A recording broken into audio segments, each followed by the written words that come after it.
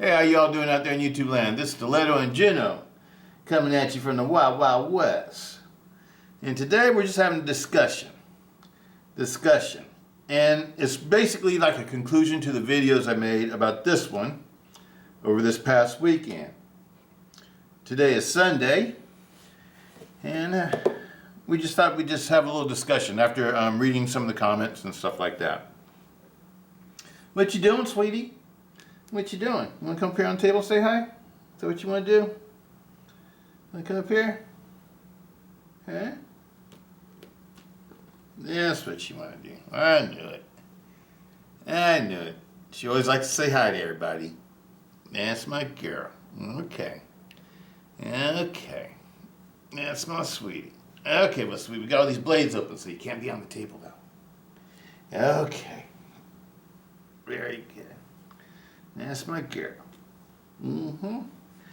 All right, people. But the discussion I mainly want to have is about buying these and getting good deals on them, and the way to get them.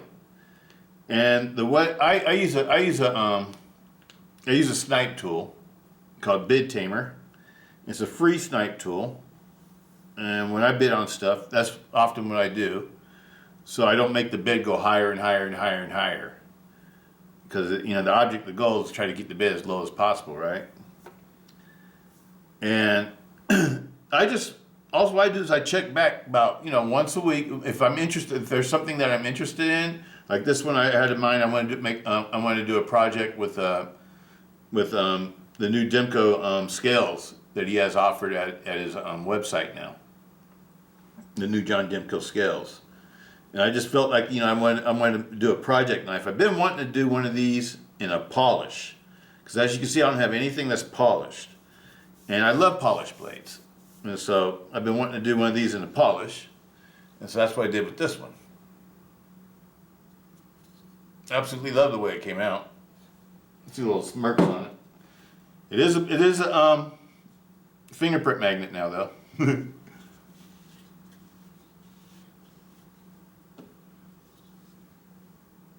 I absolutely love the way it came out. Excellent knife. Highly recommend these.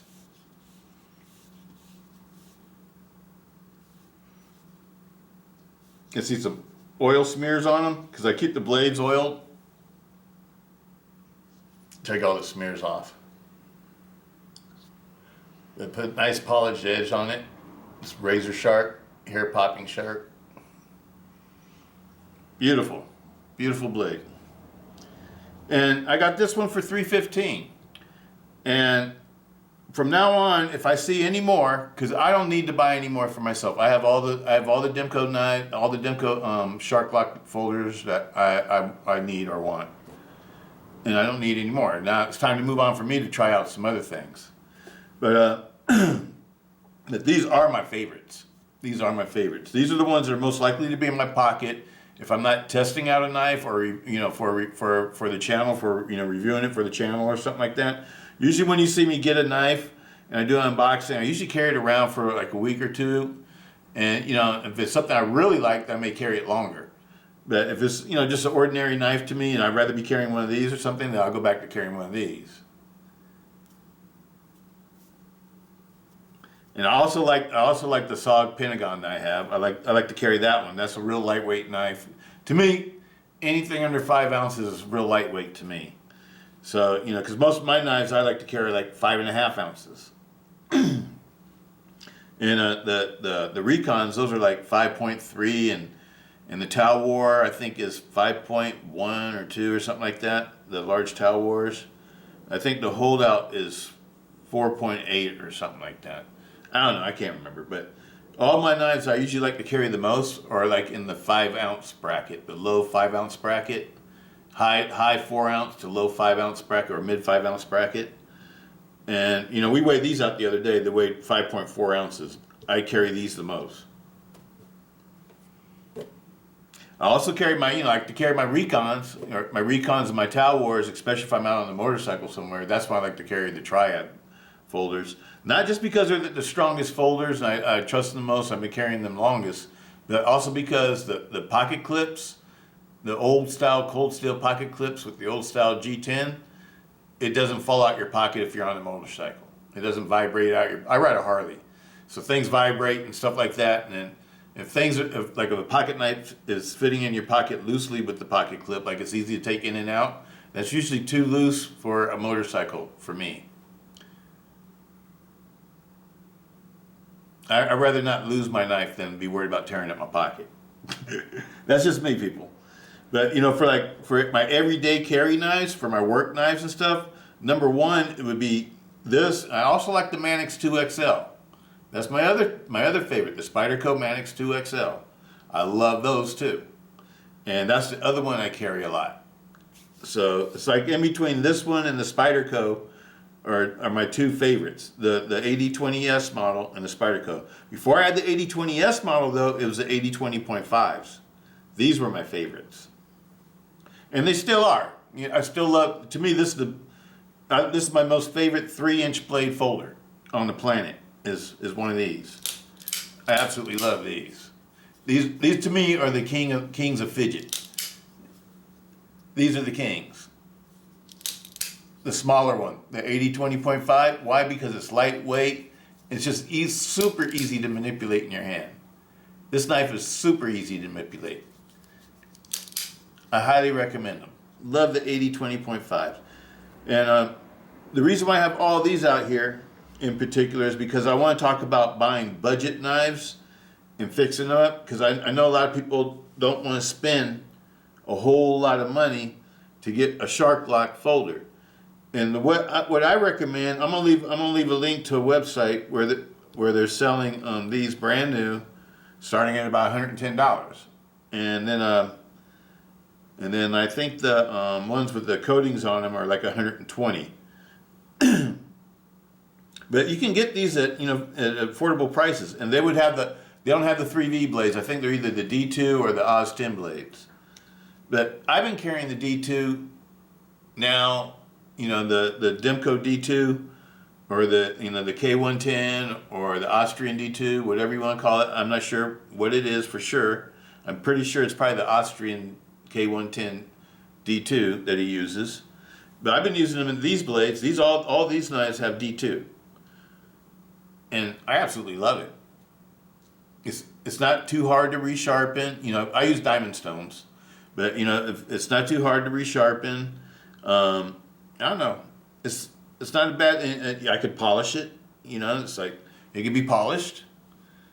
That's another thing that I've proven with it. And then after you polish it, it takes a razor sharp edge that you can. It's a good steel. I don't have any complaints. But then again, I'm not the person doing 250 box cuts on cardboard or whatever. So I don't do all that. I try to use my knives only when I really need to use them, because I'd like to carry knives that I can also use as a self-defense tool if need be too. And if you're going to use something as a self-defense tool, it needs to be sharp. So you don't want to be wearing down the edge. All my knives are sharp. Every knife that you see me handle, as far as my pocket knives are concerned, something like the what do you call it? My cold steel tough lights.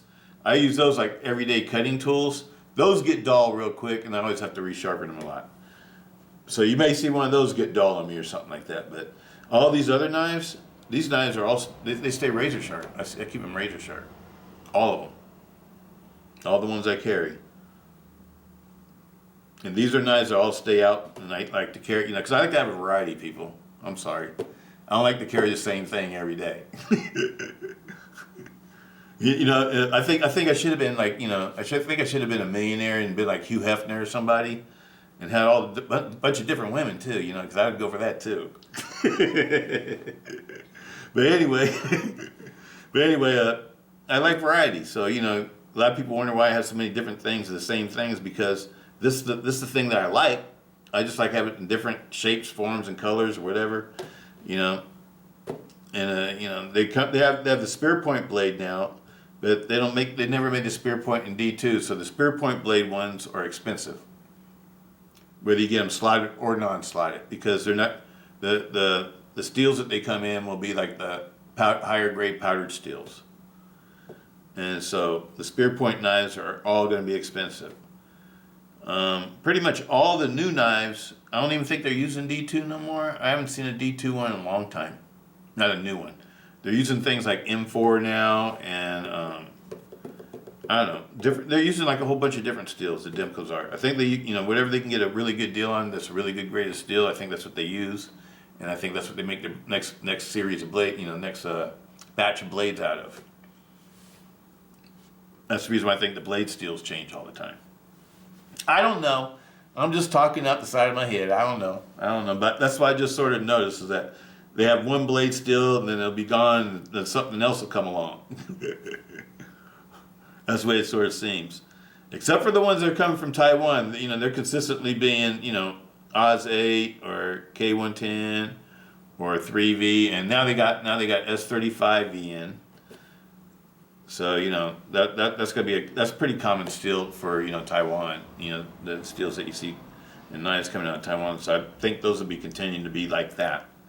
But the ones that actually come from the custom shop, because like a lot of people don't know, the AD20S and the AD20 don't come from Taiwan. These are the ones that are made in Wampum, PA. These right here, these are all USA made ones by Andrew and John Demko at their custom shop in Wampum, PA. And that's one of the reasons why there's always a problem with the supply, being able to meet the demand of them, because these are made by them in their custom shop.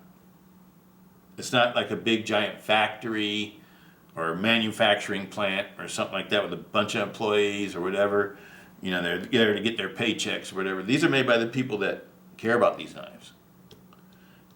And so when you buy one of these knives, you're actually getting a fair, even though the machine ground ones, all the ones I have are machine ground D2, but you can get them with the custom ground ones that are hand ground by, I think mostly by John Demko himself. And then those cost like $800 if you get like one of those brand new from the Demkos at a retail price. On the market, they might go as far as like $2,000 because the resellers sell them for usually pretty much twice as much as that you can buy them for if you're able to get them from the retail, from the Demkos themselves, or able to get it from one of their online dealers, which is extremely hard to do because all the resellers have programs where they can go in and instantly buy out the entire stock of them as soon as the store drops them.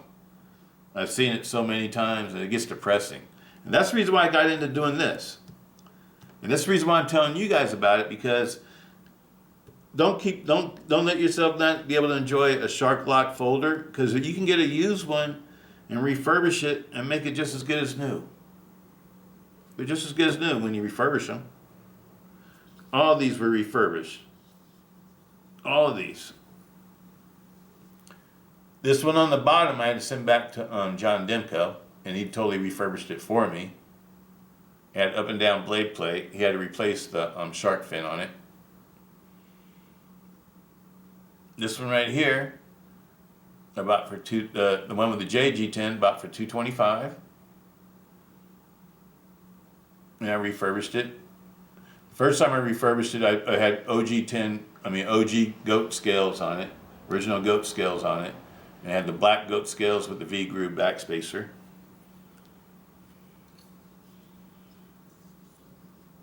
This one right here is the first one I did. And these parts only cost $100 for the backspacer and the scales. And including the pocket clip would be like $120, $123. And the knife itself, I paid $300 for it, $305 for it on an eBay auction. And I got the scales and I polished everything. It's been like this for a long time. This is the first one I got. But all of these were, after refurbishing and the amount of money I put into them, they're still under $500. And I like these just as much as any of the new ones, to tell you the truth. The only difference between the new ones to me is the types of steels. The new ones, you will get the nicer powder steels, like M390 or L-Max or Magna Cut or I don't know, just about any of the steels that are available, the Demkos will make them in. You know, they'll have batches of them in, but they're almost impossible to get. S45VN, S45VN. That's another one that they use. But and of course 3V. We all know about the 3V and S35VN. But they made them in all kinds of steels. The most budget-friendly steel that they made these in were the AD20 ones, and after that would be the D2 ones. And the ones that are AD20 or D2 are the ones I'm telling you guys that you guys can get at very low prices. Very low prices. And D2 and the AD20 ones cut just fine, and they hold edges just fine.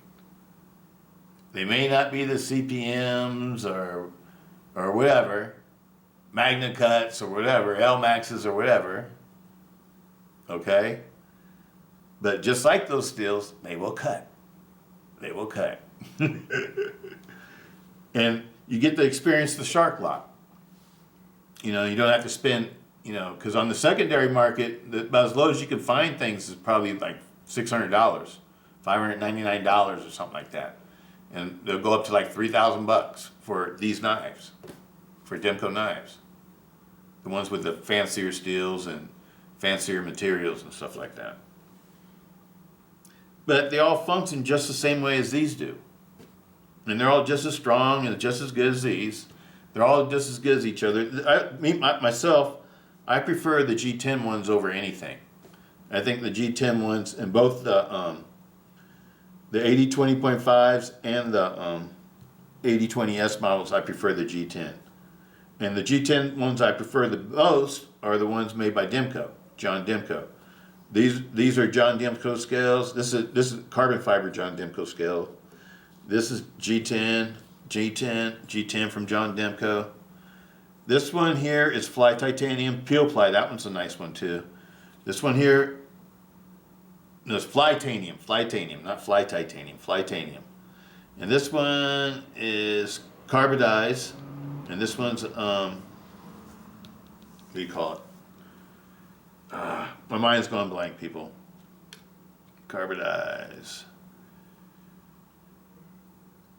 Micarta. I'm sorry, people. I went blank on that one. Micarta. This is Micarta scales with a original goat backspacer. Absolutely love it. One of the first ones I built. This one's original goat aluminum scales. This pattern's called nuts. Just about all these have, well, they all have Lynch Northwest pocket clips, deep carry pocket clips, except for this one. And this one's a Rips Garage Tech scales. And this is Micarta.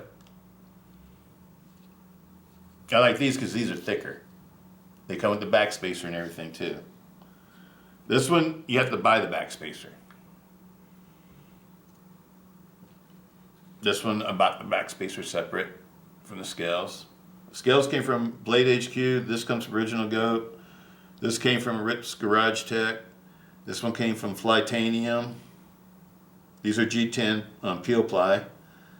And both of these came from the Knife Center, the scales, the carbon fiber and G10 from John Demko. This one, and this one all have scales that came directly from John Demko, from Wampum, PA, John Demko. And this is Original Goat. But this is the way that you can build these things for, you know, inexpensively, and you can make them really fun, make them really nice, and you don't have to spend a whole lot of money. But with these, you will have to have a lot of patience, and I suggest, you know, checking eBay, you know, eBay once a week. Go on eBay once a week and look for these, and look for the real ones too, because in China they're starting to make knockoffs of these things now. So if you want to get one, I suggest you really get one now, before all the knockoffs start hitting the market. I've seen the knockoffs of these on the market already, and I've also and you go onto AliExpress, you can see these. They're starting to try to make these too. So be careful, people. But anyway, That's about all I got for you today on Sunday. Where'd Gina go? Well, she off and running, huh? She off and running. All right, people. Well, let me show you all these real quick.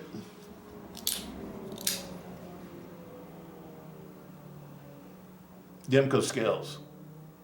And this is an Oz 10 blade. And Oz 10 with carbidized micarta, linen micarta. One thing nice about the carbidized scales, they don't make your knife weigh more. Original goat, aluminum scales, nuts pattern, green. I don't know what, I can't remember what kind of green it was. And that one is a D2, K110 D2.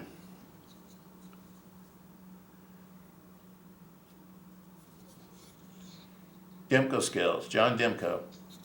Carbon fiber, custom scales that you get at Knife Center.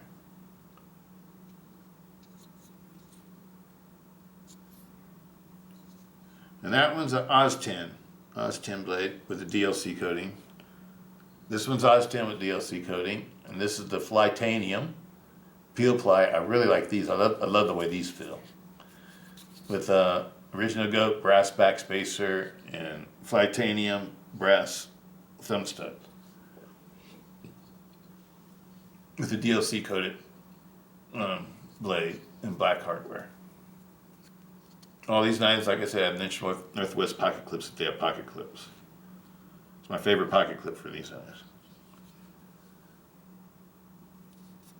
Micarta. I think this is linen micarta. Linen micarta. From Rip's Garage Tech, RGT. And this one is a D2. D2.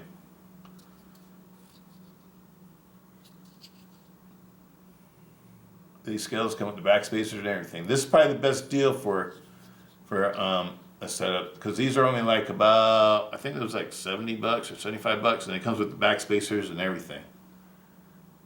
And it adds girth to the knife, so it feels more comfortable in your hand too.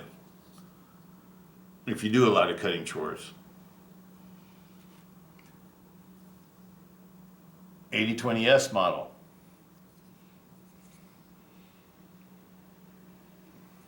This is one I carry all the time. It's the first one I had. Like I said, I got this for $305, and then I modified it with another $100 worth of $120 worth of parts. So I'm at about $430 on it right now. I like it just as much as any of the new ones. And with me, I sort of like it better because I don't like the slot. I like mine being slot free. That's the reason why all the ones that you see that I have, I've always went for the ones without the slots. And I would have probably got these that way too, but they didn't make those that way. Me, myself, I don't like a bunch of different options on a knife for opening.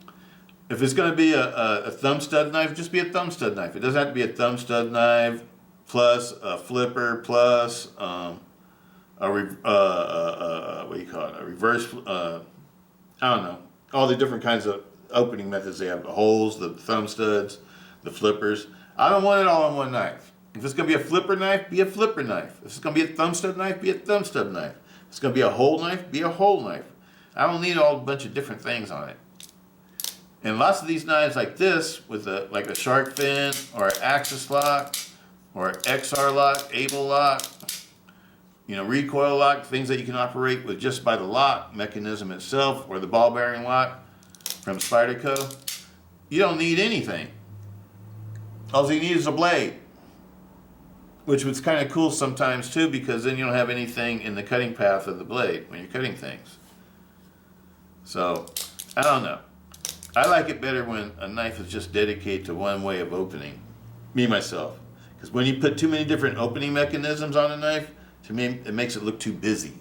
That's the word my mother used to always use, busy. It's like too much stuff is going on. But I like to keep things a little bit more simple looking. And that's Probably one of the reasons why I like Harleys without, you know, I'm not a bagger type. I like simple looking bikes. I don't need a stereo on the bike. I want to hear the engine. If I want to listen to stereo, I'd ride around in a car. Yeah, I know. But, you know. I guess I'm a more old school type motorcyclist. Because I guess I'm old school. But anyway, people, these are my blades. And this is the newest one, and I absolutely love it. This is the newest one I've done. And it came out perfect. I absolutely love this one.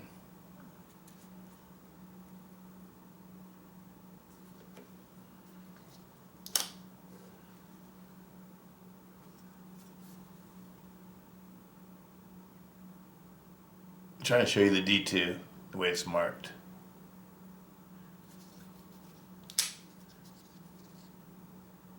Beautiful knife, people. Absolutely love them. These are my favorites. Numero unos. The Shark-Locks. Peace. Stiletto.